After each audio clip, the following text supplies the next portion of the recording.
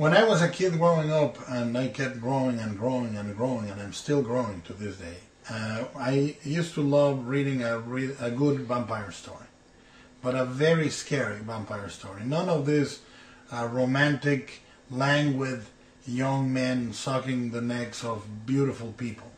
I loved a really chilling story about the undead that made you realize the otherness, the scary void of an animated corpse that lusts after your blood. And I read many a good one. I actually love and collect vampire lore and vampire fiction actively, and it's part of my collection of books that or is one part of my collection of books that I'm the proudest of. I tried for the scares in the strain to occur all in recognizable environments. Urban environments or suburban environments that we all know and feel safe at.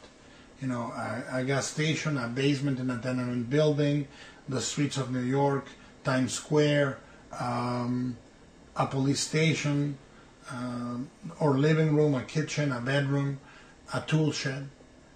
All these moments happen in places that are normally quite safe for us, and each of them tries to be very specific in how that sense of safety is broken and violated, and they also try to be very specific about how each of the feelings of these vampires is acutely detailed and painful to read.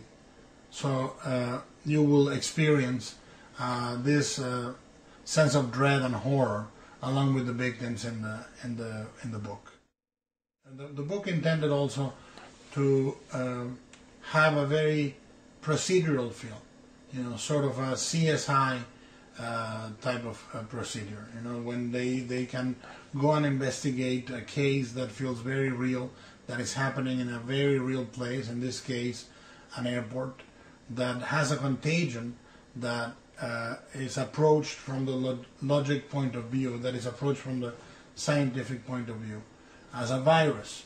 And they try to find out what causes this, what causes that, and then when they finally are faced with the idea of vampirism, their reaction is a complete incredulity. But I tried also to make the vampires as menacing and as real and as absolutely disgusting and alien as possible. I tried to make them into a plague of creatures where you do not recognize the humanity, but our own inhumanity in them.